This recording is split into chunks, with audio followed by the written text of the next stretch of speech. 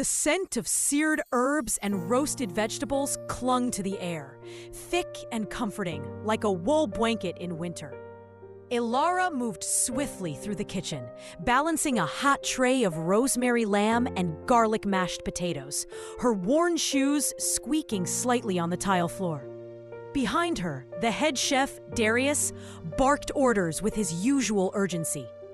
Make sure the sauce isn't too thick this time, and don't overcook the carrots. Luna Maria complained yesterday. Yes, chef, Ilara called over her shoulder. It was late, almost 10 p.m. Most of the kitchen staff had gone home hours ago, but Ilara stayed. She always stayed.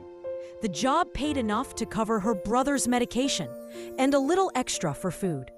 She didn't mind the long hours. Not really. The silence gave her time to think, and thinking helped her forget. Forget that she was a rejected mate, an outcast, a mark of shame. Her younger brother, Rowan, hadn't shifted yet. He was 12 now, far past the usual age. The other kids teased him, called him a runt. The pack whispered behind her back, saying it was her bloodline, cursed, unworthy, unfit. But Ilara didn't care what they said. All that mattered was keeping Rowan safe. She slipped the completed tray into a warm box and carefully packaged the rest of the meals, each labeled for delivery to various members of the pack council. Luna Maria liked to eat late, and she liked her meat medium rare with minimal seasoning. Unless she was in a mood, in which case she preferred it charred and salty. Tonight was one of her charred moods. Ilara had learned that much from overhearing her yelling at a junior maid earlier. As she washed her hands, she glanced at the time again. If she moved quickly, she could make it to the clinic before they closed. She grabbed her coat and the brown bag she had packed earlier. Inside were some leftover rolls for Rowan and the last of the herbal tea that helped ease his fevers. As she stepped out of the kitchen, 2 warriors from the pack guard passed by. One of them sneered slightly when he saw her. "That's the rejected one, right?" he muttered. Ilara kept walking, chin high. She didn't respond. She never did. Outside, the night air bit at her cheeks. The moon hung low, casting a pale glow across the stone path that led toward the clinic. Her footsteps echoed softly. She walked quickly but cautiously. Being alone at night wasn't always safe for a she-wolf without a packmate. The clinic was quiet when she arrived. Dr. Vale, a soft-spoken older wolf with kind eyes, greeted her with a tired nod. "He's sleeping," he said, as he handed her a small vial of pills and a folded note. "Still no shift, but his vitals are stable." Ilara forced a smile. "Thank you." Dr. Vale hesitated. "You're doing everything you can, Ilara, but he may need more than just herbs and rest. If he doesn't shift soon..." "I know," she said quickly, her voice tight. "I'll figure something out." He nodded and stepped back, giving her space. She made her way home under the moonlight. Every step weighted with exhaustion. As she neared the small cabin she shared with Rowan, she paused, staring up at the sky. Her wolf stirred quietly inside her, restless, longing, lonely. She clutched the medicine to her chest and whispered, "Just hold on, Rowan. I'll find a way, no matter what." The next morning came quickly, dragging the fatigue of the previous night with it. Ilara barely slept. She'd spent hours checking on Rowan, cooling his forehead with damp cloths, whispering reassurances into the dark. His fever had eased slightly, but still no shift. No sign of his wolf. By sunrise, she was back in the estate kitchen, tying her apron over her worn clothes and preparing breakfast for the upper pack ranks. The scent of sizzling eggs, wild mushrooms, and thyme filled the air. She moved mechanically, chopping, stirring, flipping. Another day. Another list of demands. Another reminder of her place. "Illyra, don't forget the Luna's juice this time," snapped Chef Darius. "Fresh squeezed, no pulp." "Yes, Chef," she said calmly, already halfway through preparing it. There was no time to think. That was the rule in the kitchen. No feelings, no distractions, just efficiency. But that rule broke the moment the doors at the far end of the corridor burst open. Footsteps thundered down the hall, heavy, swift, authoritative. A low murmur spread through the staff like wildfire. "He's back. The Alpha? Alpha Kale just arrived." Illyra's hands paused mid-slice. She hadn't seen him in over 2 years, not since he left for the Northern Territories to oversee the expansion of Allied Pacts. Rumors had floated for months about brutal battles, border conflicts, victories soaked in blood. Alpha Kale was more than a name in these halls. He was a legend. A wolf so powerful, his presence alone made subordinates. And now he was back. Illyra didn't care, or tried not to. She returned to her prep, pushing the chatter out of her mind. But it was impossible to ignore the shift in energy. The way every kitchen worker stood a little straighter. The way the guards posted at the corners stiffened when the Alpha scent reached the room. Pine, rain, power. Moments later, the doors to the kitchen creaked open. He stepped in. Alpha Kale, tall, broad-shouldered, with black hair cropped close to his head and eyes the color of a winter storm. The room fell dead silent. Chef Darius straightened immediately. "Alpha, we weren't expecting." Kale raised a hand. "I'm not here for protocol." His eyes swept across the room, scanning each face, and then they landed on her. Illyra froze. For a moment, a split second, the air between them shifted. A pressure built, low and tight in her chest, as if her wolf recognized something primal, ancient, buried. Kale took a slow step toward her, brows furrowed slightly. "What's your name?"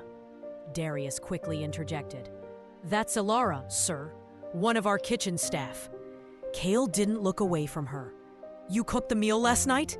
She nodded cautiously. "Yes, Alpha." Silence. His gaze lingered, intense, focused, as though he were trying to see something beneath her skin. It made her stomach twist. "Well done," he said finally. It was a simple compliment, but in this kitchen, it landed like thunder. No one got praised, not by the Alpha himself. "Thank you," Illyra replied, trying to keep her voice even.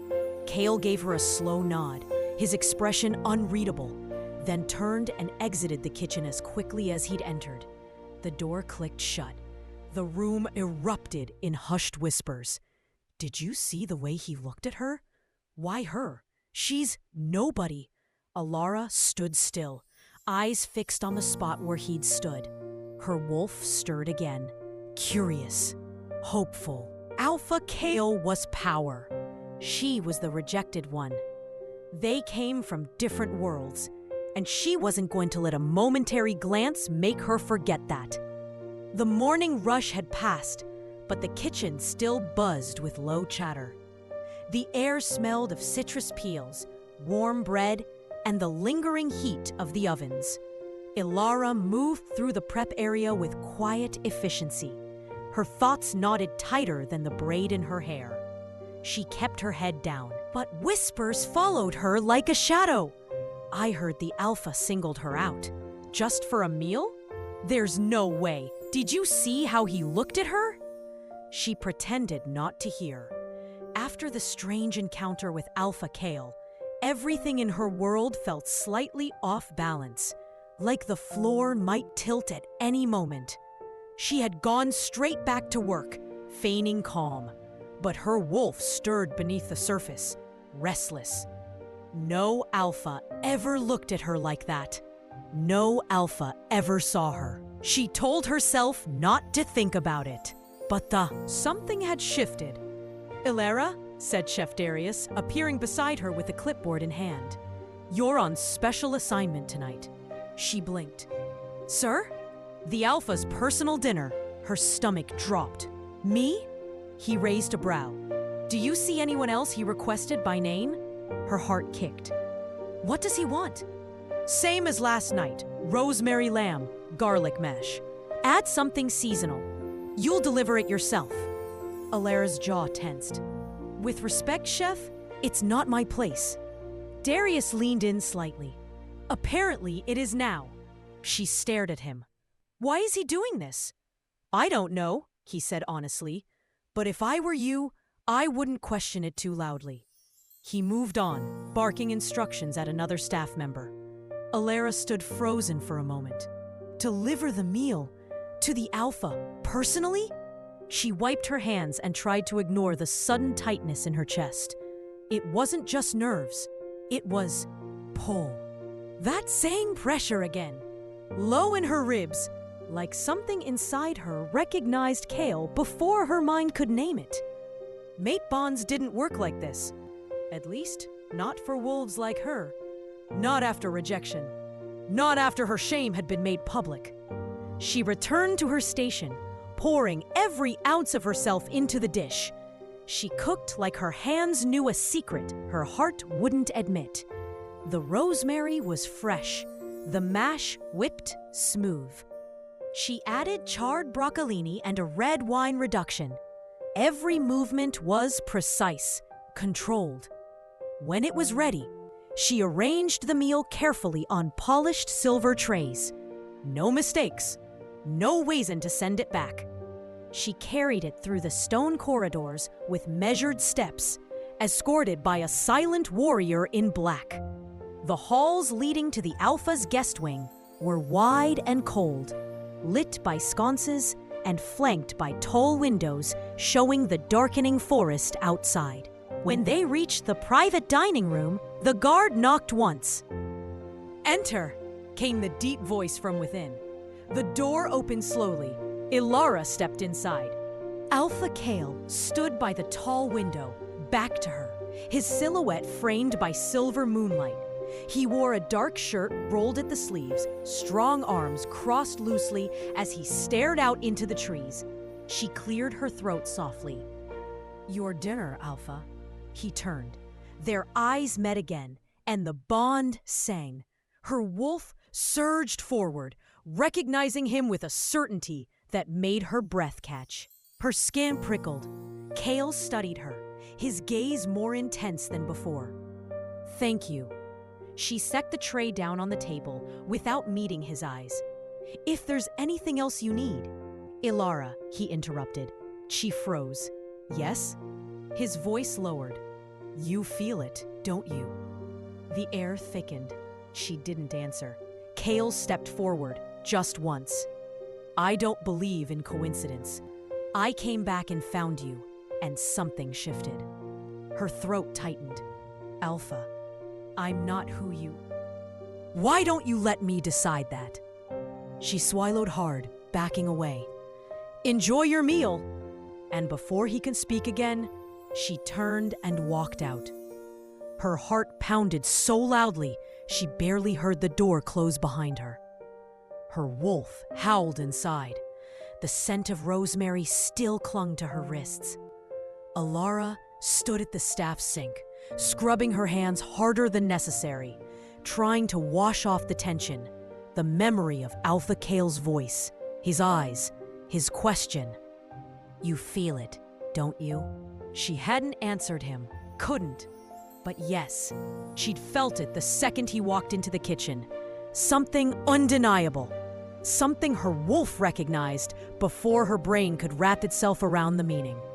A shift, a stir, a thread being pulled taut between two souls. But it couldn't be. She wasn't meant to be anyone's mate, not anymore.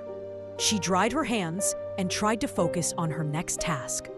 The tray for Luna Morea's midday meal was nearly ready, and the Luna didn't tolerate even the slightest delay. Ilara double-checked the contents, added a carved lemon wedge, then passed the tray to one of the junior staff members without a word. Keep moving. Keep working. Don't think. That was her rule, her only way of surviving in this place. As she wiped down her station, she didn't notice Chef Darius approaching until his shadow fell over the countertop. "Ilara," he said, voice unreadable. She straightened immediately. "Yes, Chef?"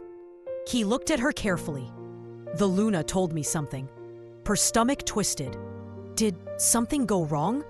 She said the Alpha asked who cooked his dinner last night. Her heart stuttered. "Did he complain?" Darius shook his head slowly. "No. He asked to meet you, personally." She blinked. "We already met." "Well, he wants to meet you again. Alone, in the guest dining room." Her breath caught. "That's unusual." "He's the Alpha. He doesn't follow rules. He makes them." She tried to find her voice. "Chef, with all respect, shouldn't someone else?" Darius cut her off. "He asked for you. Not me, not the sous chef. You."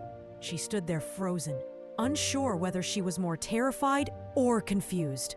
"Go clean yourself up," he added. "You'll be representing the kitchen." Ilara nodded mutely and turned, heart racing, walking briskly toward the small staff washroom tucked behind the pantry. Inside, she closed the door, braced her hands on the sink, and looked into the mirror. What did he want? Why her? She wasn't beautiful, not in the polished, commanding way she imagined the Luna had been in her prime. She wasn't powerful either, just a cook, a nobody, the rejected one. She ran cold water over her face, then tied her hair back again and changed into a clean kitchen uniform. Crisp white, sleeves rolled once at the forearms, apron pressed. She checked for any stains or stray strands of hair. If she was going to face the Alpha again, she wouldn't do it looking weak. By the time she returned to the corridor, a guard was already waiting. "Alpha Kale is ready," he said simply. Ilara followed in silence. They walked through the heart of the estate, past tall windows, stone columns, the massive double doors that led to the private Alpha wing. Voice low and calm. She closed the door behind her. "You ask for me, Alpha?" He turned, and their eyes locked again. This time, the pull wasn't subtle. It was a crash, a full, consuming wave that nearly knocked the breath from her lungs. Her wolf surged upward, pushing against her control, reaching for him. His eyes darkened slightly, as if he felt it too. "I wanted to thank you again," Kale said, voice measured. "Last night's meal was grounding." She kept her hands clasped in front of her. "I'm glad it met your standards." "More than that," he said. "It reminded me of something I forgot I missed." She didn't know what to say to that. He studied her, taking a few slow steps closer. "I haven't been home in years," he said. "Most things feel different, colder, but not you." Her breath hitched. "I don't understand," she said quietly. "You feel familiar," Kale replied, "like something I should have known all along." Ilara looked down. "Nothing more! You're not just anything." The room swelled with tension, electric, warm, terrifying. She dared to meet his gaze again. "Why are you doing this?" Kale hesitated, then spoke with a low intensity that rumbled like thunder. "Because I think fate made a mistake." Ilara stepped back, shaking her head. "I can't be what you're looking for." "Why?" "Because I was rejected," she whispered. "Years ago. My wolf never came. I'm broken." Kale's eyes narrowed, but not with judgment, with anger. Not at her, but for her. "Who did that to you?" "It doesn't matter. It's done." He moved closer again, slow and deliberate. I don't believe in broken. I believe in what I feel. The silence between them thickened. Her voice was barely a breath. And what do you feel? He didn't answer right away. Then he said, hungry. Ilara blinked. Kale smirked faintly. For dinner. Sit. Join me. I shouldn't. You should. And somehow, wit. Ilara sat across from Alpha Kale, her back stiff, hands resting in her lap. The dining table between them held the same meal she had prepared. Rosemary lamb, charred broccolini, garlic mash, and a reduction so fragrant it pulled at her senses. She hadn't intended to eat, certainly not with the Alpha. And yet, here she was. He poured a glass of wine and slid it toward her. I don't drink while I'm working, she said, her voice polite but firm. You're not working right now. Kale replied easily. You're with me. Her gaze flicked up at him, uncertain. That sounds like a very dangerous assumption. He chuckled. Only if it's not true. She looked away quickly, pulse skittering like raindrops on hot stone. He was too calm, too steady, as if he wasn't aware of what this moment meant, what it implied. But she could feel it. That invisible tether between them, tugging, tightening. Kale picked up his fork and took a bite of the lamb. His expression shifted subtly, eyes half closing, jaw working slowly, savoring. This, he murmured, is the best thing I've tasted in years. Ilara swallowed. Thank you. He looked at her again, more carefully this time. Where did you learn to cook like this? She hesitated. From my mother, mostly. She was head cook for a while, before she passed. His expression softened. I'm sorry. I didn't know. Ilara nodded once, stiffly. It was a long time ago. Kale set his utensils down and leaned back in his chair, his gaze never leaving hers. You've been here all your life? Yes, since I was a pup. Never left the pack? No. His brow furrowed. Not even for training? School? I didn't qualify. That wasn't entirely true. She had qualified, once, before everything fell apart, before the rejection, before she became an example of what not to become. But she didn't owe him that story. Kale tapped his fingers on the table. You deserve. She laughed quietly, bitterly. That's generous of you to say, but not true. His eyes darkened.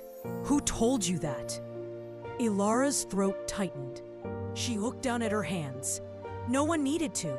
This place makes it clear. Kale stood then, slowly, as if weighing each movement. He walked to the window again, but this time didn't turn his back fully to her. I didn't come back here to find a mate, he said. Her heart stopped. I came because there are threats at our borders. Because the Luna asked for help. He paused.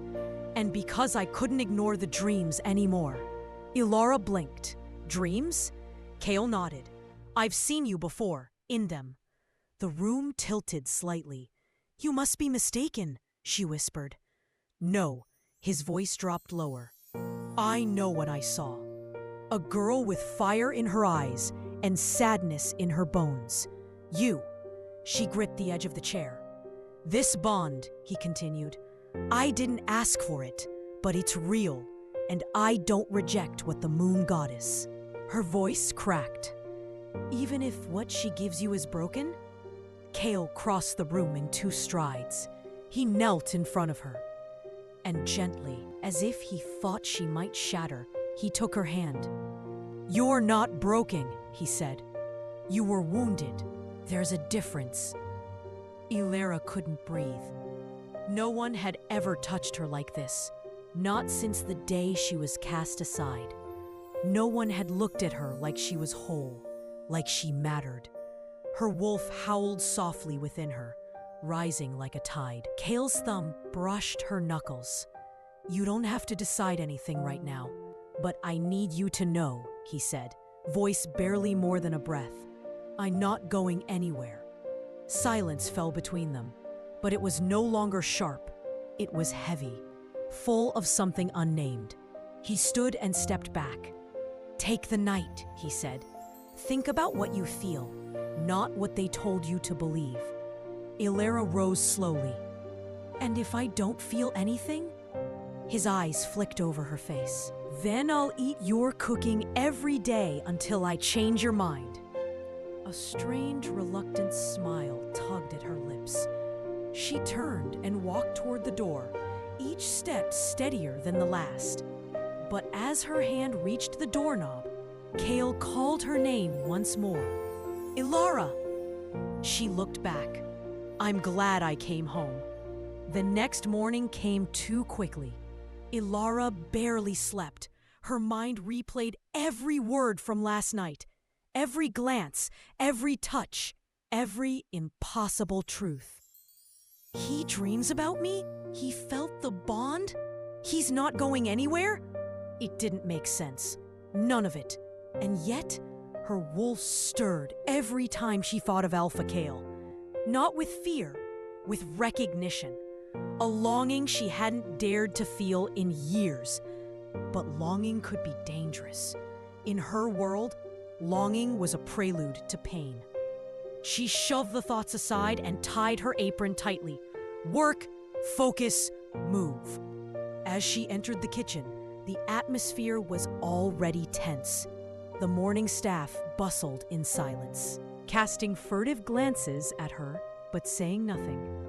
Whispers had clearly begun to spread.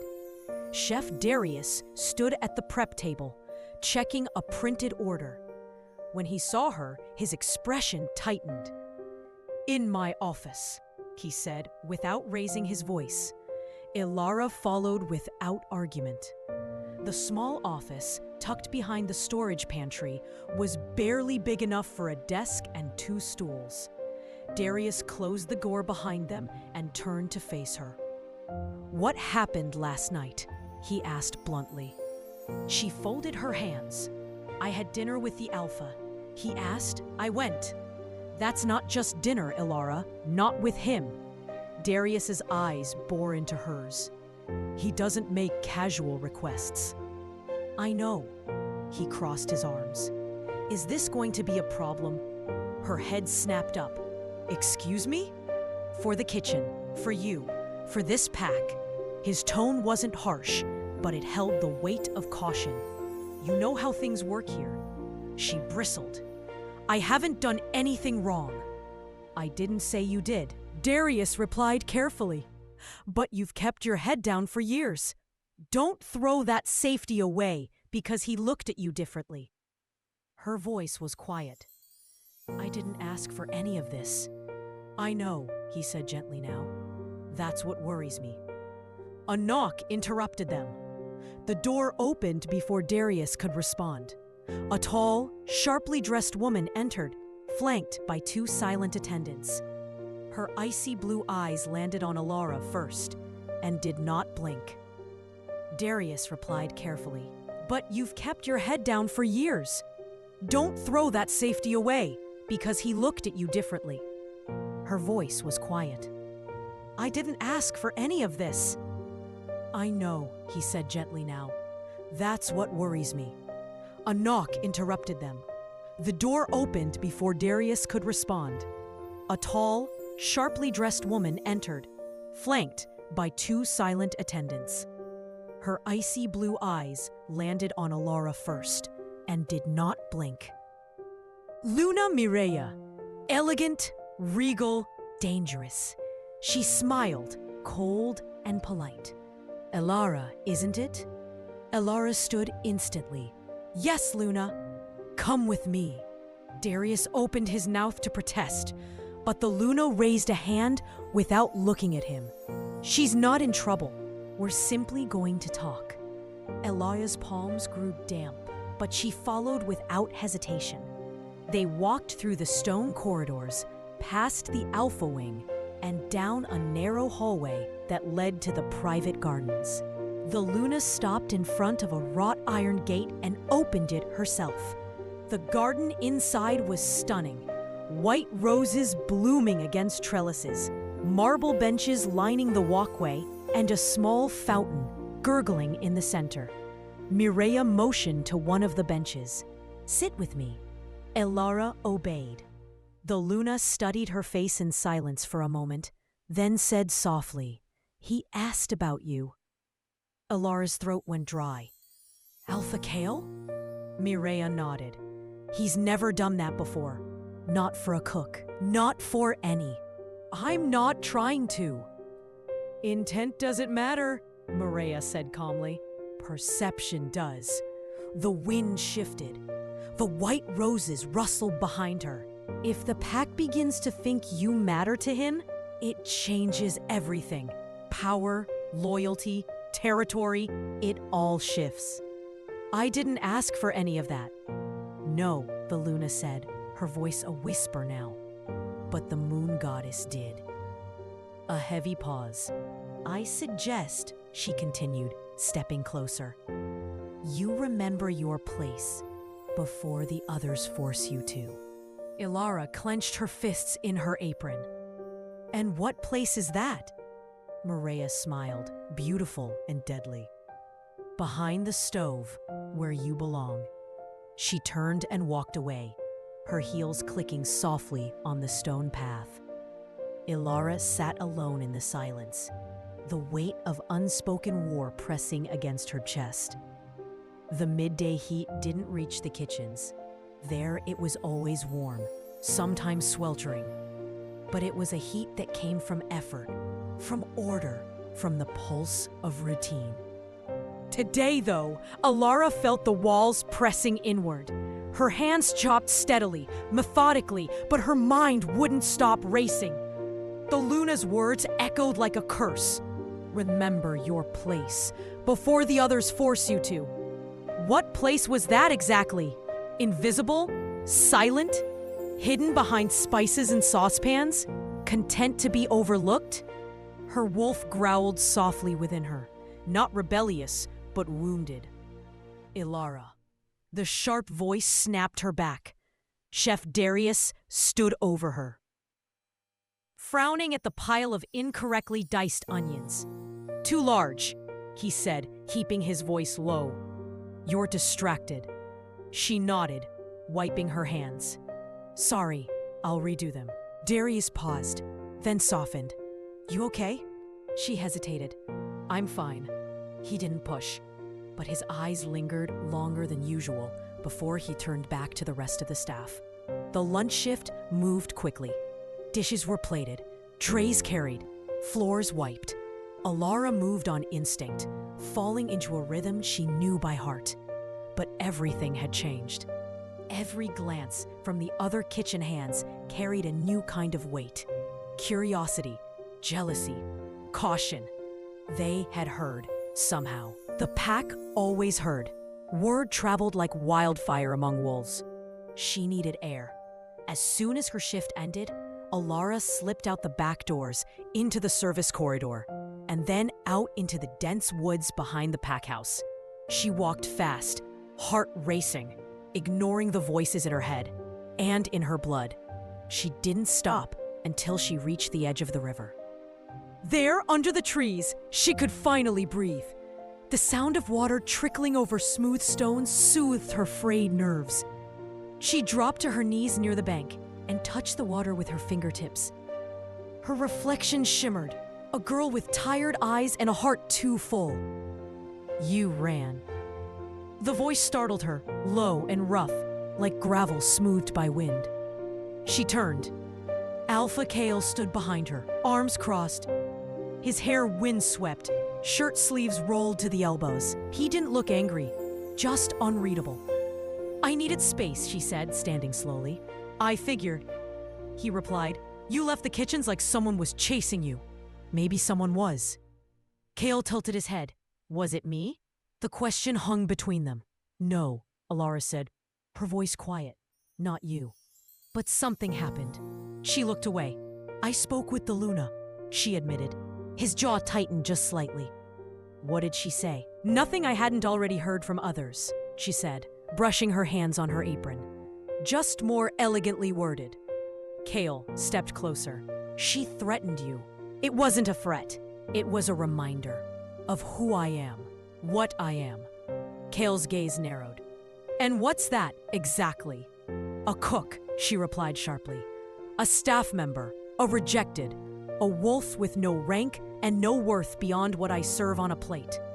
He moved then, fast, furious, but stopped just inches from her. You think I care about any of that? You should, she whispered, because everyone else does. Kale's voice dropped to a growl. They're not me. But you're their alpha, she said bitterly. And alphas don't take mates like me.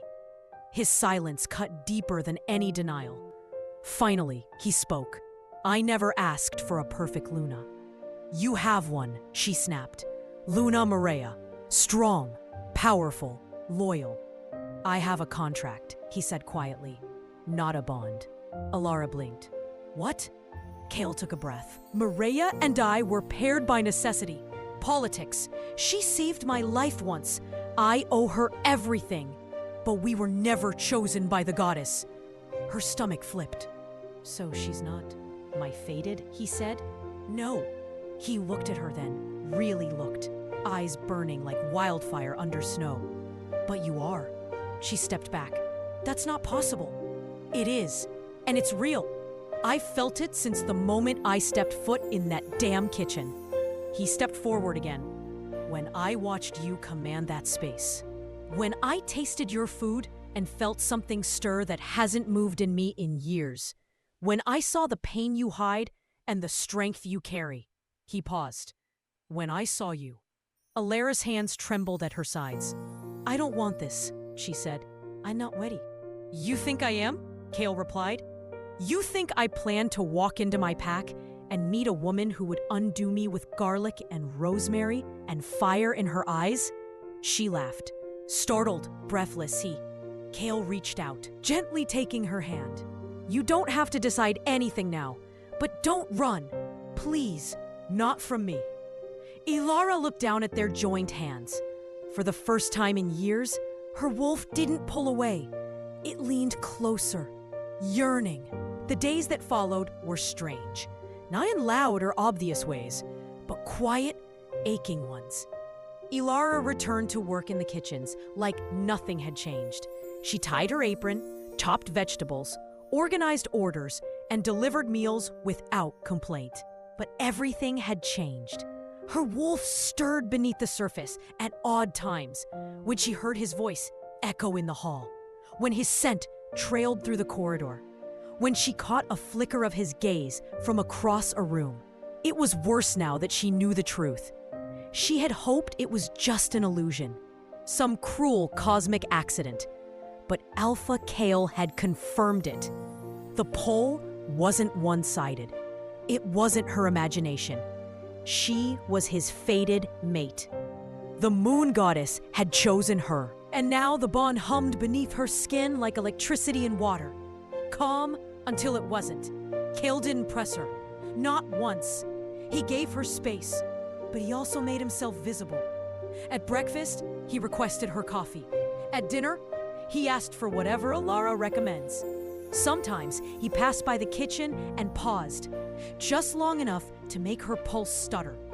He wasn't staking a claim, not openly, but he was waiting. And somehow, that was worse. Alara, came Darius's voice one afternoon, pulling her back from her thoughts. She turned. He was holding a folded piece of paper.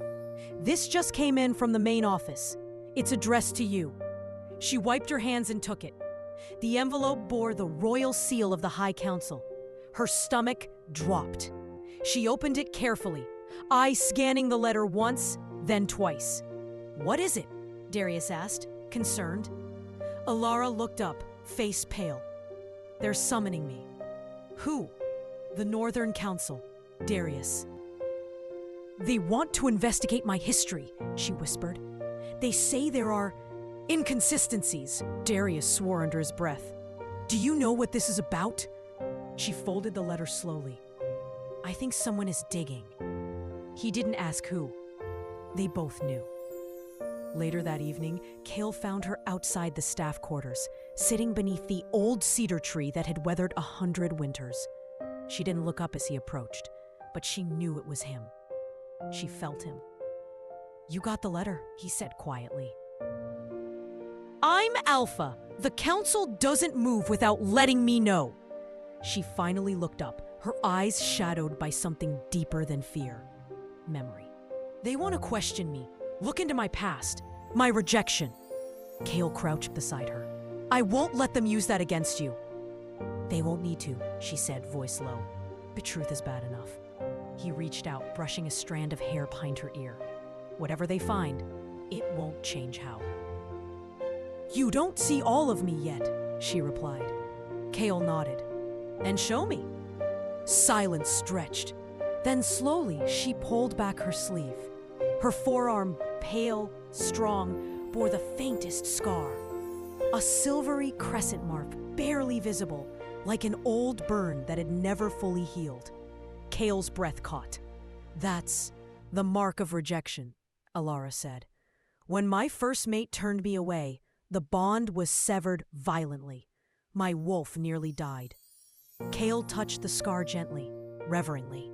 "I've heard stories," he murmured, "but I've never seen it." "It's rare," she said. "Most wolves don't survive the break. Mine did, but it never fully healed." His hand covered hers. "You deserve to heal." Her eyes met his, fierce and raw. "Do I?" "Yes," he said simply. A beat passed. Then, "Come with me." Alara frowned. "Where?" Kale rose and offered his hand. "Somewhere safe." They walked through the forest, away from the pack house, down an old hunting trail that curved toward the cliffs. The moon was rising, pale and full, casting a glow over the canopy. Eventually, they reached a clearing. A small cabin sat at its heart, worn but strong. Smoke curled lazily from the chimney. "This is mine," Kale said. "I built it after the war, when I needed to disappear for a while." She looked around. "It's quiet." "Exactly," he said. He opened the door for her. Inside, the space was warm and clean. Stone fireplace, heavy wool blankets, a small kitchen with cast iron pans and herbs hanging from the rafters. Not what she expected from an alpha. "It's beautiful," she said, surprised. "I didn't bring you here to impress you," Kale said.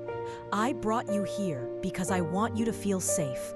And because, if we're going to figure this out," he paused, "I need to be where the noise can't reach us." Alara stood in the middle of the room, breathing in the scent of cedar and firewood. "I don't know if I can trust this," she admitted. "Or you." Kale nodded. "Then don't. Not." He stepped closer, slowly. "Just trust yourself." She turned to him, eyes wide, uncertain, but she didn't step back. The moonlight through the window caught the edge of her scar. Kale touched it again, fingers light as snow. Then, barely above a whisper, he asked, "Can I show you what unbroken feels like?" Alara didn't answer with words, but she didn't pull away either. The days in the cabin passed with a strange kind of stillness. Alara didn't know what she had expected. Tension? Chaos? The constant push-pull of a bond trying to force itself into place? But it was quiet. Alpha Kale didn't hover. He didn't demand. He cooked in the mornings. Simple meals of eggs and wild herbs, sometimes with berries or fire-roasted roots. She cooked in the evenings. Savory stews that filled the tiny space with warmth and spice. They moved around each other with wordless understanding, like wolves circling the same fire without needing to touch. Sometimes he read. Sometimes she stared. And sometimes they talked. She learned about his time before the Alpha title, his years training in the outer regions, the battles he didn't want but fought anyway. He learned about her life in kitchens, not just this Pax, but others before it. The kitchens she'd fled after the rejection broke her. Kale never asked for more than she gave, but Ilara wanted to give more, because in the stillness, her wolf was starting to stir. Not in panic, but in recognition. There was safety here. There was space to feel. Late one night, the storm came. Wind howled through the forest. Rain lashed against the wooden walls. The fire crackled loudly as they both sat inside, candles flickering. Ilara stood at the window, arms wrapped around herself. Kale watched her. "You used to be afraid of storms?" he asked softly. She nodded. "As a pup, not anymore." He waited. Then she added, "When my first mate rejected me, it rained for 3 days. The sound of it used to..." Kale stood, walked to her, and gently took her hand. "It's raining now." "I noticed," she whispered. He looked down at her. "And you're not alone." Her throat tightened. "No," she said, "I'm not." He reached for her slowly, giving her time to step away. She didn't. Their hands met first, then foreheads, then heart to heart, without a word. The bond shimmered in the space between them. No longer a threat, but a promise. "I want to know everything," Kale murmured, voice low. "Not because I need it, but because I want it. I want you, all of you, not just the brave chef, not just the fated mate." He touched the scar again, but even the parts that were hurt, even the places still healing. Ilara's eyes shimmered. "Then you should know the rest." Kale waited. She stepped back and drew in a breath. "When I was 16, I was promised to someone from a neighboring pack, an arranged bond, not fated, but political. We tried to make it work for almost 2 years. Kale's jaw tightened, but he said nothing. Then one day, he met her, his fated mate. The moment they touched, everything snapped. Ilara's hands trembled slightly, but her voice stayed firm. He looked at me like I was nothing, just wrong. Like I had stolen time that didn't belong to me.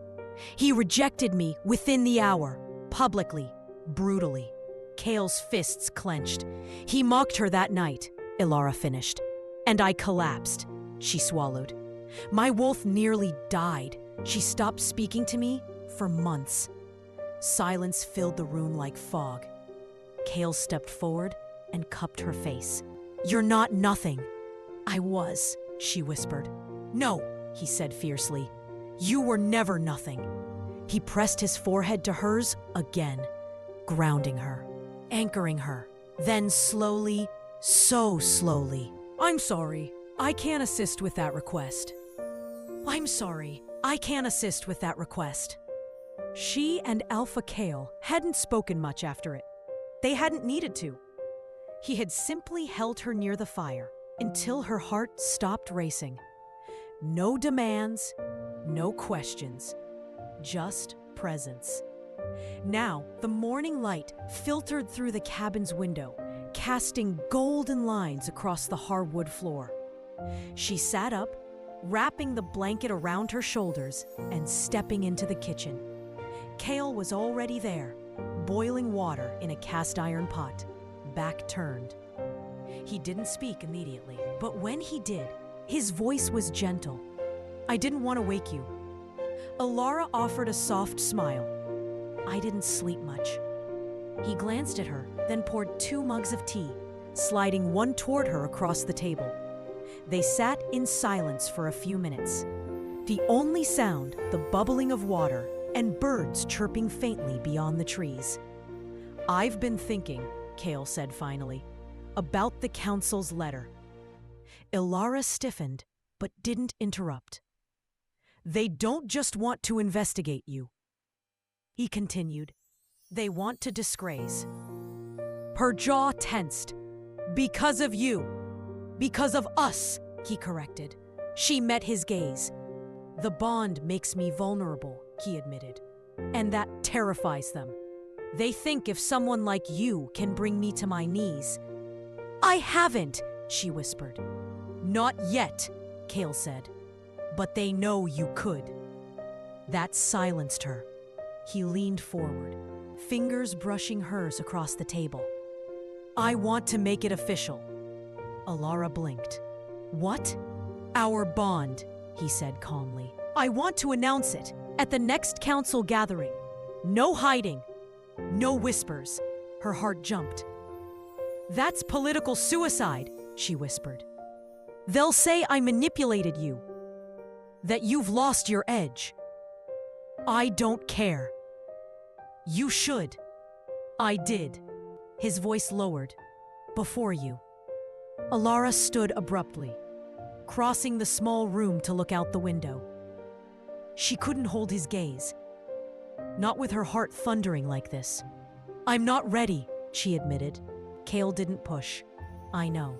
But I also don't want to hide, she added, voice quieter. I'm just still trying to find my place. You don't have to find it, Cale said softly. You are it. She turned to him, eyes shining with emotion. You're not making this easy. I'm not supposed to, he replied with a crooked smile. I'm your mate. I'm supposed to make it real. She crossed the room again, slower this time, until she stood in front of him. I need more time. He nodded. Take all you need. But know this, Alara. He reached out, his palm resting lightly on her chest, just above her heart. You already carry my name, even if no one else hears it yet. She swallowed hard. Cale. Before she could finish, the sharp sound of a knock shattered the quiet. Both of them froze.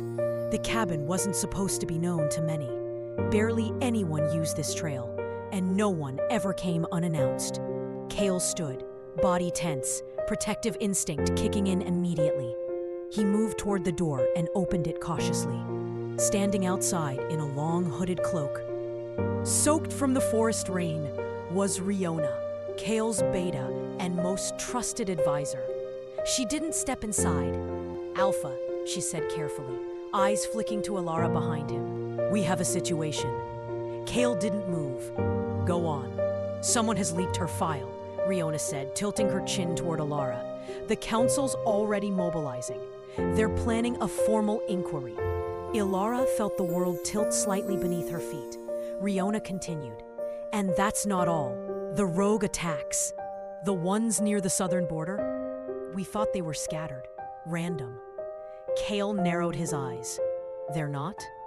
They're coordinated, Riona confirmed. And they're looking for her. Silence fell over the cabin like a weighted shroud. Cale's voice dropped. Why would rogues want her? Riona hesitated. Then, with a sigh, she pulled a folded parchment from her cloak. Cale opened it. Alara watched as his eyes scanned the contents. His jaw clenched. He handed the paper to her. Alara unfolded it with trembling. Her breath caught as her eyes found the first sentence. Daughter of blood and bane, hidden among the wolves of the Northern Territories. Rejected, but not forgotten. Her fingers went numb. How? She whispered. Cale's voice was steady, but thunderous. What does this mean, Awara? She couldn't answer, because for the first time in years, she remembered. A name, a place, a fire, and Mother's scream in the dark.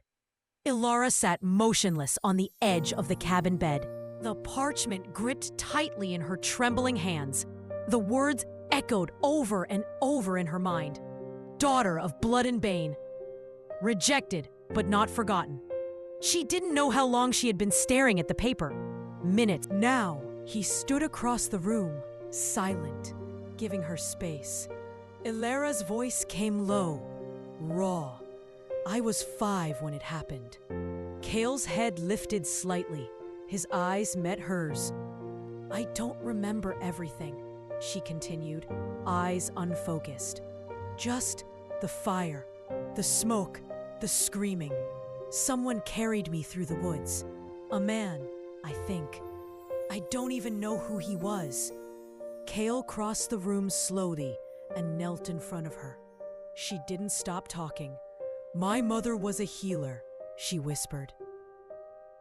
She wasn't part of any powerful house, not that I knew of, but I remember how people used to visit our cottage, always late at night, injured, desperate, rogues, warriors, some with magic burns that wouldn't close.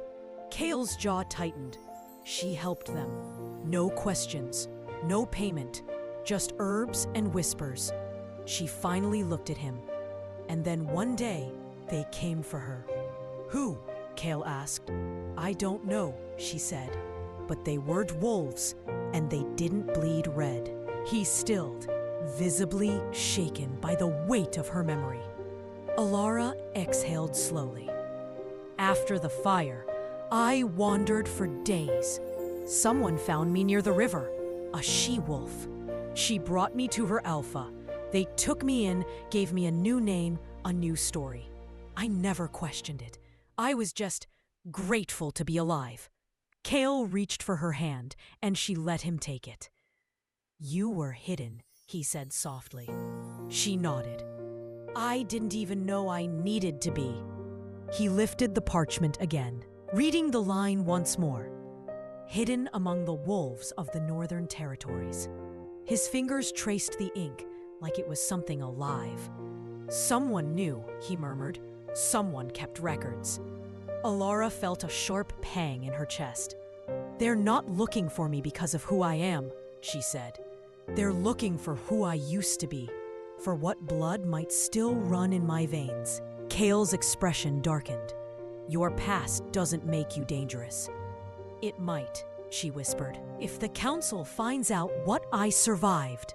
Who I was born to. They won't, Kale said firmly. But I won't let them turn you into a weapon, he said. Not for politics, not for fear, not even for prophecy. She blinked. You think I'm part of a prophecy? He hesitated. I don't know, he admitted, but I know you're more than fate. You're more than your bloodline. You're not a threat. He leaned in closer. You're my mate. The word struck something deep inside her, because for years, she had believed the opposite. That being unwanted made her dangerous. That being different made her disposable. But here he was, looking at her like he was a miracle, not a mistake. Her voice cracked. What if I bring war to your doorstep? Kale didn't flinch. Then we fight it, together. His hand cupped the side of her face, grounding her in the present, in his presence. You're not alone in this, he said, and you never will be again. And Lara's wolf stirred inside her, howling not in fear, but in fierce, aching hope. She closed her eyes, letting herself rest her forehead against his. Kale whispered, "Let them come." She opened her eyes. He held her gaze, unwavering. "They'll find a wolf," he said, "not a victim." Elara awoke the next morning before sunrise, the weight of the previous night still pressing gently on her chest like a fading bruise. Kale lay beside her, one arm curled protectively around her waist, his breath warm against her shoulder. She hadn't meant to fall asleep in his bed, but after everything, her past, the parchment, the fire of memory, she hadn't wanted to be alone, and Kale hadn't let her be. Carefully, she slid from beneath the blanket, planting her feet silently on the cool wooden floor. She padded barefoot to the window, her eyes catching the first blush of dawn staining the horizon. A stillness settled over the trees, but it wasn't peaceful. It was watchful, as if the forest itself was holding its breath. Behind her, Kale stirred. "You're up early," he said groggily, voice husky with sleep. I couldn't stop thinking. He sat up, rubbing his hands over his face. Neither could I. Elara turned toward him. "What happens now?"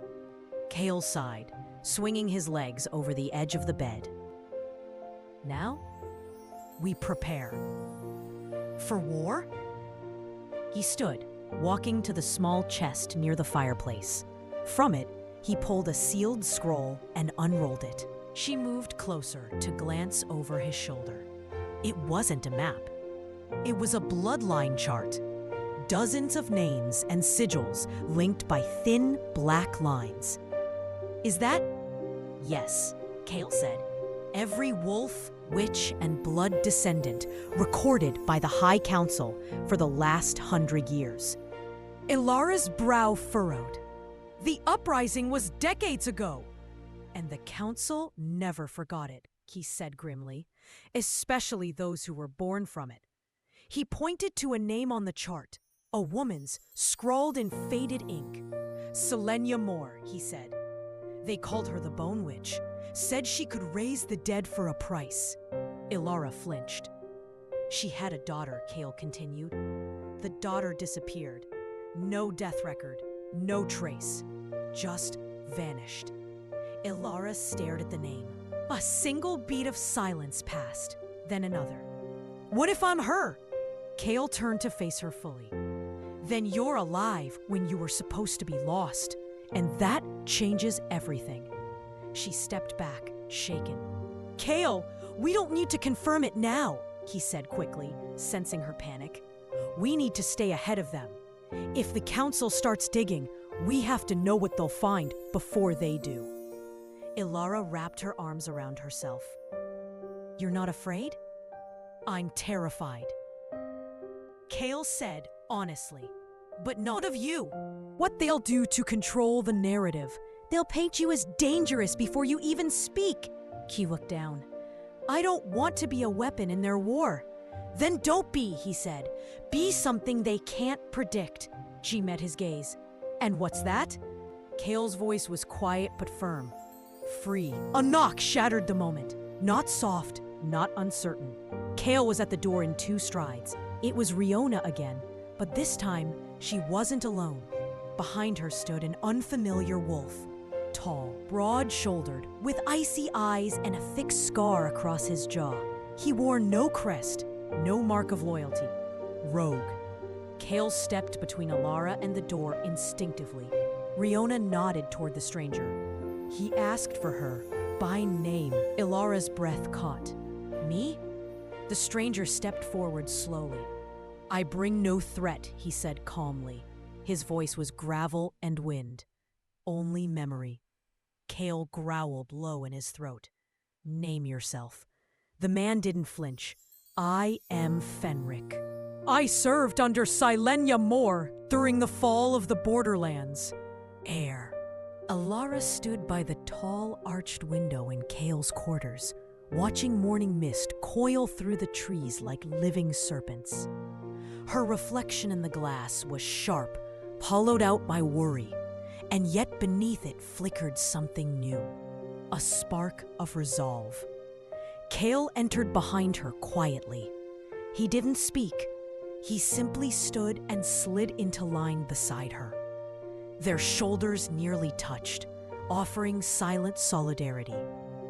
Fenric said there are 3 others, she finally murmured. Cale nodded slowly. 3 who escaped alongside Selenia's daughter. His voice was calm, but firm. They formed something like a council, unbound by pack or crown, seeking to reclaim what was lost. Ilara closed her eyes. A secret tribunal. That is not good for either of us, Cale replied. If they find you, or they find us. A gust of wind rattled the window panes. Ilara shivered. They'll mark me, she whispered, as a witch, or worse. Cale turned to face her, blue eyes fierce in the dim light. Then we make sure they don't. The courtyard outside was silent when Ilara stepped out later that morning. A thin drizzle coated the cobblestones. She paused beneath the ancient oak tree, now shedding early sap, its great roots twisting like ropes through the courtyard's floor. The storm in the sky felt like a mirror to her heart, Fenric appeared in soft tread of leather boots. His presence was steady, ancient energy, but respectful distance. Kale didn't follow. "I can offer you sanctuary," Fenric said quietly, voice edged with grief. "My companions, those three, are planning a purge of the hidden non-blood witches. If you stand before the tribunal and claim your heritage, they'll see you as a threat, and they will strike fast." Ilara frowned. The weight of that realization settled deeper than fear.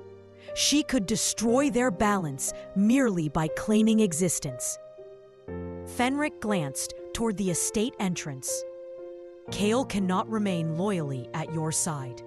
His pact cannot protect both his alpha bond and your bloodline without consequence."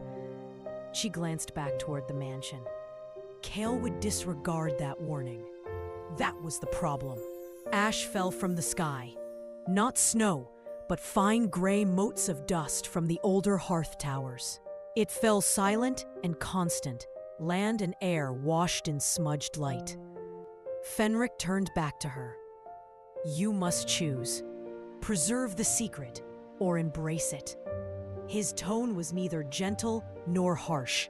It was fate. Ilara's chest tightened as she realized Kale would choose the second, because Kale would stand by her, secrets or no.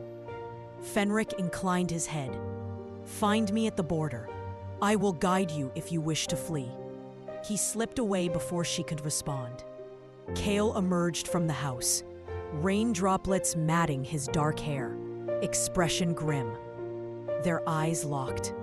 It was the moment words would come. She inhaled slowly. "There's a tribunal." His eyes flicked toward the courtyard, the ashfall. She swallowed. Live or be hunted? The wind lifted a swirl of ash between them. Kale exhaled. "One way brings safety, but no freedom. The other brings war." Ilara reached for his hand. "I trust you," she whispered. He nodded. "Then we prepare. Not to lie, to stand." In the old wing of the estate, behind a hidden hatchway beneath the library shelves, Ilara discovered a secret relic, a small obsidian mirror, etched with shimmering runes. It had belonged to Selene Moore, the same one whose daughter Ilara might be. When she gazed into it, her eyes flickered, not with reflection, but with memory. Visions, midnight flames, forest rituals, ancient promises. A hidden power throbbed behind her skin. The mirror whispered in half-remembered tongues. Kale appeared behind her, arms encircling gently. She didn't start or turn away. "It's yours," he said softly, "all of it." Tears filled her eyes. Fear, power, love, all mingled in the mirror's glow. The hidden lights of magical wards glowed faintly. Ancient protection awakening. 7 days until trial. Time to learn. Time to fight. Time to claim her own fate. Dawn broke with fragile light, pale and tentative as the world itself held its breath. Ilara lay awake beneath thin silken sheets. Sunlight dappled through the draped curtains, casting faint reflections like quiet warnings across her pale skin. She stared at the ceiling, each small beam of light echoing the weight she felt in her chest. Today, the shadow of the High Tribunal awaited. In the hallway, Kale moved in silence, his footsteps soft but filled with intent. He paused at her door, voice low. "Ilara." She sat slowly collecting herself. Her reflection in the small mirror atop her dressing table revealed someone changed. Steel beneath sorrow. Fear tempered with resolve. She stood and met him. His gaze was quiet power. "Today," he said simply. Outside the estate walls, Beneath a gray sky streaked with the promise of rain, Fenric's messenger hawk settled onto Ilara's wrist. The winged creature, regal yet small, possessed feathers woven with silver threads, symbols of neutrality. Ilara received it wordlessly. Inside, Kale handed her a cloak, dark blue with a faint lining of ancestral runes, only visible in moonlight. He offered it quietly. For the journey. Their hands lingered. Ilara's fingers brushed his wrist, an unspoken exchange of steadiness. The air pulsed with unvoiced promises. She nodded, clad in protective fabric and resolve. With one last breath between them, she left the sanctuary of their realm. The tribunal stood cold and immense on a solitary plateau. Its ancient stone pillars stretched toward leaden skies, etched with the legacy of countless verdicts. Ilara stood on the threshold, flanked by silent guardians in ceremonial armor. Vaulted arches casting long shadows over stone floors polished by history. The high tribunal sat solemn and still, their robes shifting like liquid night. 6 faces showed neither cruelty nor kindness, only finality. Ilara stepped forward, shoulders square, cloak gathered at her wrist. Her voice trembled before the tribunal, but gained strength with each measured word. My name is Ilara Moore, daughter of Selenia. She paused. I stand before you of my own will, not to retreat in shadow, but to declare the truth of my heritage and to defend the bonds I have formed, not as weakness, but as a pledge. A hush fell. One judge raised an eyebrow. Another tapped a staff that chimed with authority. Ilara inhaled deeply. The air hummed. My magic is no threat, and my bond with Kale, rooted in free choice, can be no dishonor. Even as she spoke, a ribbon of energy shimmered along her wrist, runes previously asleep awakening in solidarity. The judges exchanged glances outside the chamber. Kale paced beneath storm-heavy skies. On the horizon, heavy clouds gathered. The hush in the air carried the weight of collective uncertainty. Ravens circled, ominous watchers shaping the moment. Inside, stillness cracked when the head judge leaned forward. Ilara Moore, he said with finality. Your magic aligns with your bloodline. The bond you hold with Kale is not coerced. By your choice, you honor your heritage, and the law allows it. You are free. The word free fell like thunder and sunlight simultaneously. Ilara left the chamber without applause, but the corridors outside hummed with shifting energy. Kale met her before the gate, eyes wide, not relief, but awe. Her cloak dripped with dew. They did not speak for long seconds. She squared her shoulders. They accepted me because I claimed myself. He slid one hand into hers, and I will choose that claim every day. Rain surfaced in earnest, dappling around them. The measured downpour cleansed the tension in the air and their souls. That evening, they gathered at the manor's dusk-lit grounds. Soldiers and scholars, betas and counselors watched silently as Ilara stood before the fire pit, carved with ancient runes, symbols of trial, truth, and sacrifice. Kale stood beside her. Fenric found them there, silent and still. He lifted his head, meeting Ilara's eyes. No words, no judgment, only invitation and alliance. A lantern was passed to her gently, a flame that flickered upward, catching the smoke of rain. Ilara inhaled deeply. She lowered the flame into the pit. It flared with light. The air vibrated with warmth. Whispers rippled through the assembled pack. But she didn't falter. She looked toward Kale, calm as steel. He nodded. The fire blazed high, echoing power, truth, and reckoning. That night, in silence shared beneath a moon emerging from clouds, they remained together. Ilara traced the rune on her wrist, one of liberation. Kale rested his cheek gently at the edge of her head. The thunder had passed. Their storm was not over, but the sky was theirs again. And in that quiet moment, they stood not as outcasts or fugitives, but as architects of their own truth. Ariana awoke to the faint hum of staff moving in the mansion's corridors. The muted light, filtering through velvet drapes, painted the room in soft hues of gold and silver. Her body felt exhausted yet wired. Every inch of her whispered of last night's vulnerability, both physical and emotional. Lucien slept beside her, his body curled protectively around hers. She traced the contours of his wounds, lingering over the blood-stained bandages.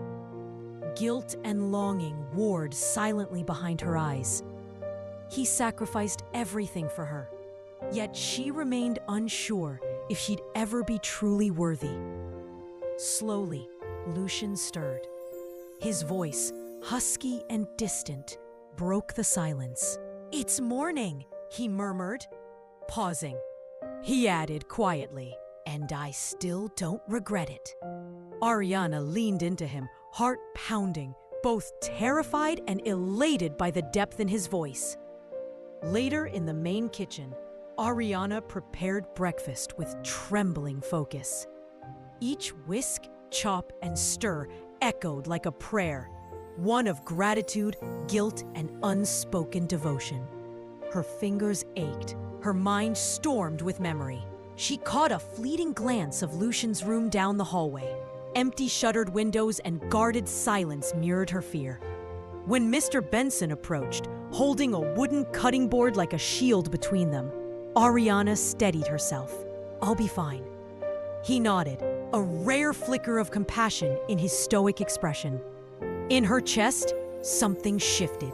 She was not just Lucien's Luna. She was his strength, his grounding.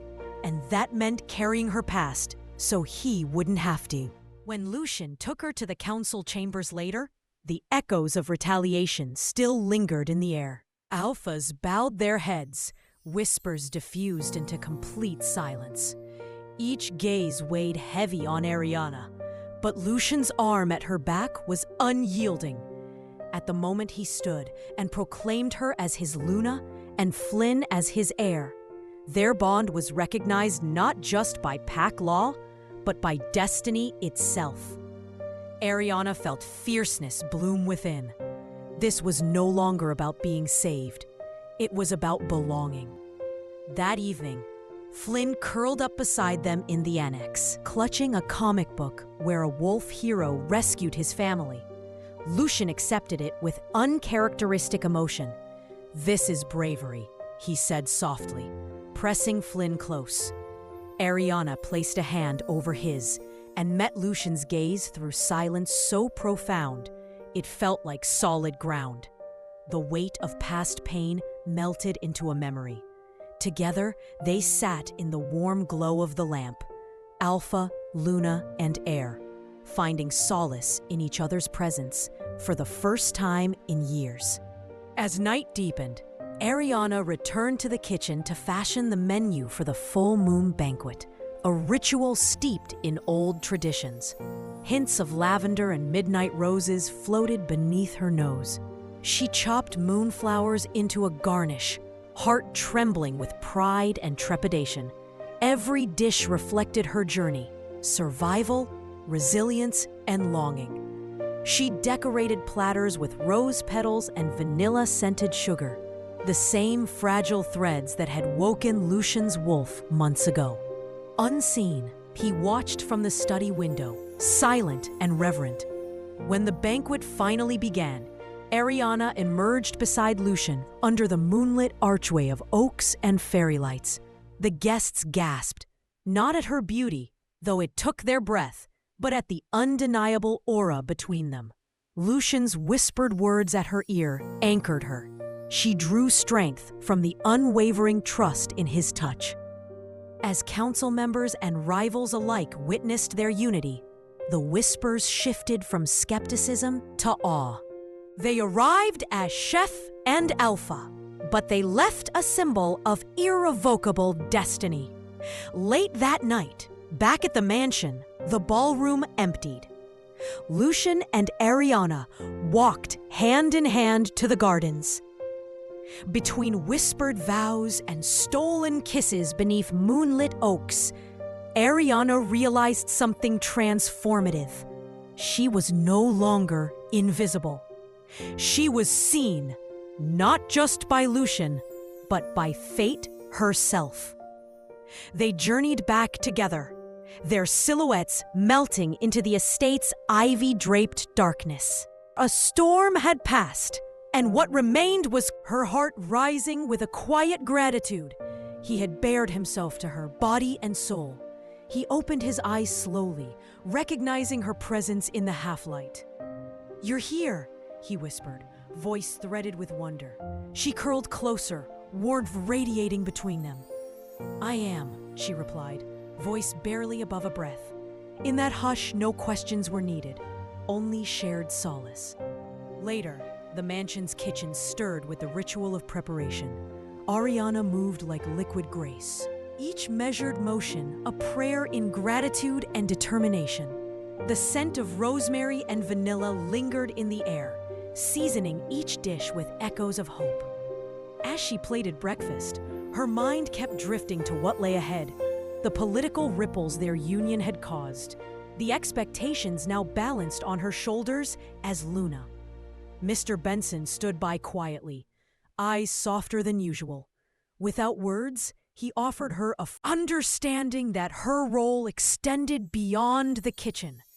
She had become the anchor that steadied not just Lucien's will, but the legacy they would forge together. That afternoon, Lucien invited Ariana back to the council chambers, not as a silent figure beside him, but as a voice in her own right. Dignitaries watched as she stood beside him, carrying herself with measured confidence. When council representatives spoke of alliances and their expectations, Lucien offered Ariana support by placing a steady hand on her back. She nodded, adding her voice to the subtle chord of unity. "Together, we carry Ravenclaw's future." Their partnership commanded both law and legend. That afternoon, Lucien invited Ariana back to the council chambers, not as a silent figure beside him, but as a voice in her own right. Dignitaries watched as she stood beside him, carrying herself with measured confidence. When council representatives spoke of alliances and their expectations, Lucien offered Ariana support by placing a steady hand on her back. She nodded, adding her voice to the subtle chord of unity. "Together, we carry Ravenclaw's future." Their partnership commanded both law and legend. As full moon banquet preparations resumed in the kitchen, Ariana orchestrated her dishes with renewed purpose. Lavender-infused soufflés rose beside midnight blue crème brûlées. Each course was a silent ode to what they had lost and what they had gained. Flavors layered with longing, tenderness, and resolve. She paused often, inhaling the scents he had once presented her. Vanilla pods shimmering by candlelight, midnight roses in glass vases, and recognized how each moment solidified the bond between them. When the banquet night bloomed again beneath a wax moon, Ariana stood beside Lucien at the banquet's head table, eyes shimmering with inner light. Guests murmured, some envious, many respectful, as her presence, once underestimated, radiated now with unshakable strength. Lucien offered her a slow smile that spoke centuries of gratitude. She met it with confidence, not because she had become someone else, but because she had finally become herself. Returning to the mansion after the banquet, the wedding still whispered through them. Lucien guided her gently into the garden, moonlight shimmering on petals of midnight flowers freshly placed along paths. They paused beneath the same oak where he had knelt, hand in hand, hearts renewed. He pulled her close. "Every legacy begins in shared light," he murmured, tracing their bond on her palm. "We shine together." She leaned into him, feeling the weight of storms past lift in surrender.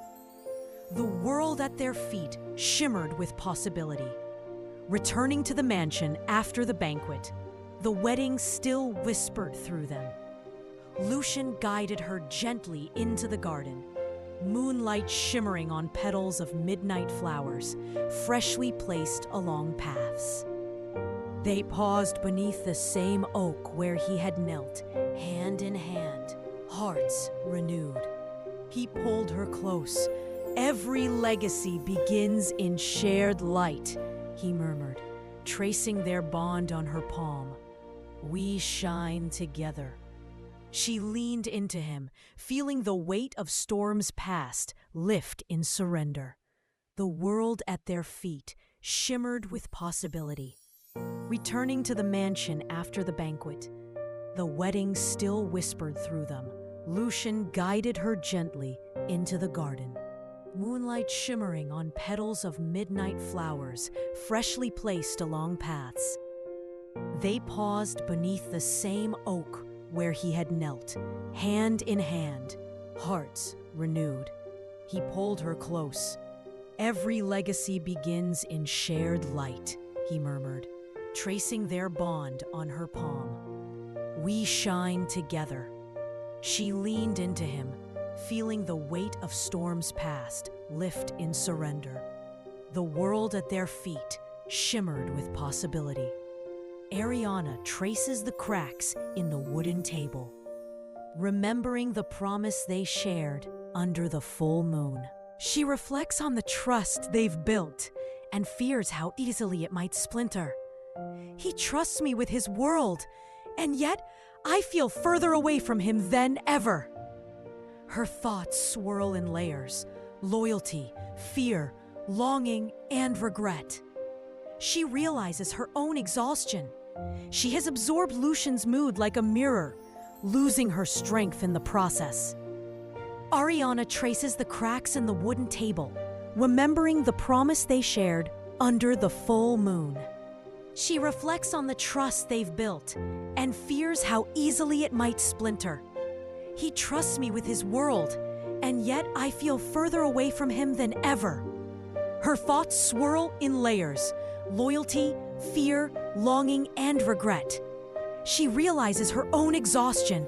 She has absorbed Lucien's mood like a mirror, losing her strength in the process. He speaks first, voice low. "Why are we so broken, Ariana?" Her reply trembles with honesty.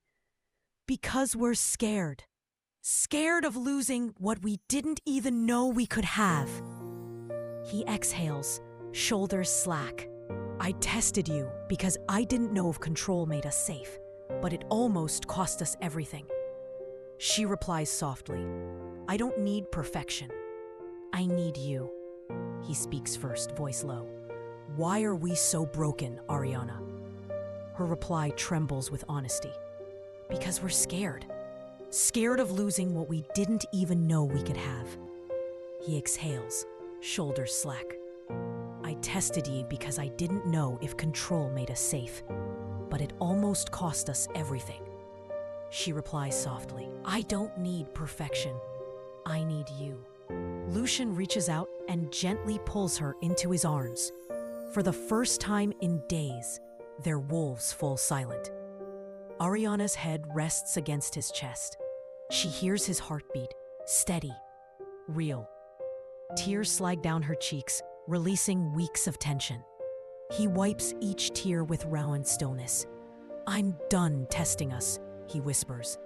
And with those words, the emotional walls begin to crumble. They sit at the table together, not to eat, but to face the aftermath. Broken dishes, and the silent distance between them. Lucien reaches into his pocket and places a single midnight rose in the center. Symbolic and deliberate. "You were extraordinary tonight," he says. She smiles through damp lashes. "We can't erase the cracks, but maybe they can become part of the story." In that moment, the hall doesn't feel empty. It feels mended. Soft candlelight begins to glow in Lucien's expression. The Ravenclaw estates lay in silver hush beneath the full moon. Each shadow trembling with remembered storms. The night still held echoes of their vows. Lucien's pledge to protect, Ariana's acceptance, and Flynn's fierce loyalty binding them. But love, like moonlight, is ever-shifting, tested even in its brightest glow. Ariana awakened before dawn, moonlight fading to pale gold on pale walls.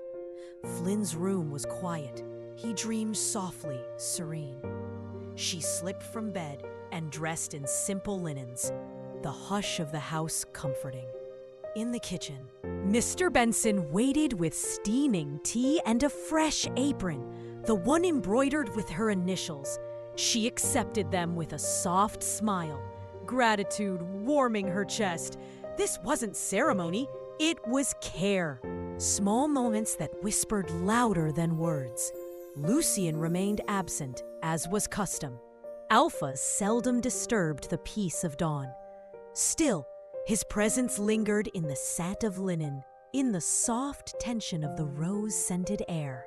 Ariana carried her breakfast to Flynn, who stirred, awakening to her warmth.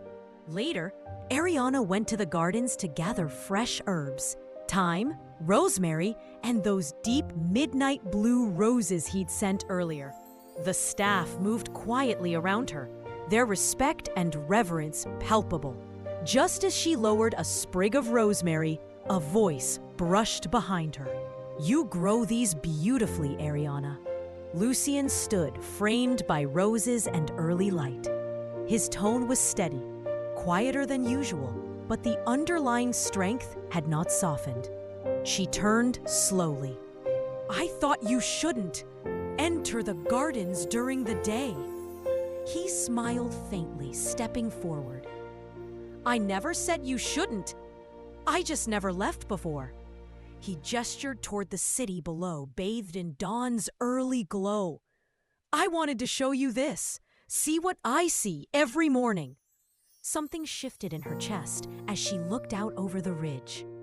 But stronger still was the man beside her, present, open, no longer distant. "He doesn't usually speak," Ariana whispered. "Not when there's comfort in silence," he replied. Flynn tumbled into the gardens mid-afternoon, eager to show Ariana a sketch he'd drawn. An imagined castle for their future children, complete with towers of moonlight and fireplaces burning with vanilla flames. Lucien watched them, invisible but insistent.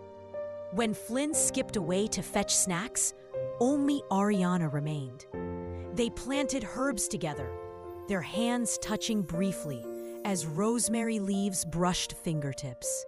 A gentle, unspoken question echoed in his gaze. She offered a sprig of basil.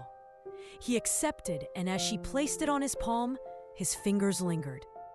Pure light warmed them both, a quiet promise. By twilight, Ariana returned to the kitchen, the hush of staff shifting around her. Her mind buzzed with ideas for the next banquet menu, but Lucifer's absence weighed heavy.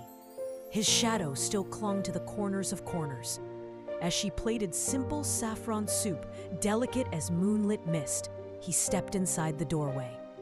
Without fanfare, he walked beside her through the marble aisle of the kitchen, past copper pots and quiet flames. The staff paused at his presence, but he paid them no mind. Ariana swallowed. "You requested a meeting," she said quietly. "I wanted your opinion." Lucien watched her plate. His usual demands were unvoiced. He trusted her creative touch. Her breath caught.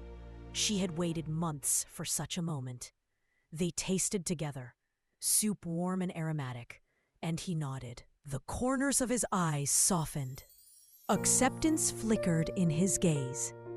That night, beneath a silvered sky, Ariana walked the high balcony overlooking the gardens. A breeze moved the midnight blue roses planted around the balustrade, their scent heavy in the night air. Lucien joined her. "It's our anniversary," he said softly. She turned, surprised. "Of the banquet?" He shook his head. "Of the night I found you, beneath that same moon when fate brought us together." He pulled from his coat another small velvet box. Not a ring this time, but a delicately carved moonstone pendant. "For you," he said, voice steady as a vow, "to remind you that moonlight chooses again every night, and I choose you again and again." Tears glistened in Ariana's eyes. She took his hand, touching the fine chain, marveling. "I keep choosing you too," she whispered, a promise made again beneath moonlight and silence.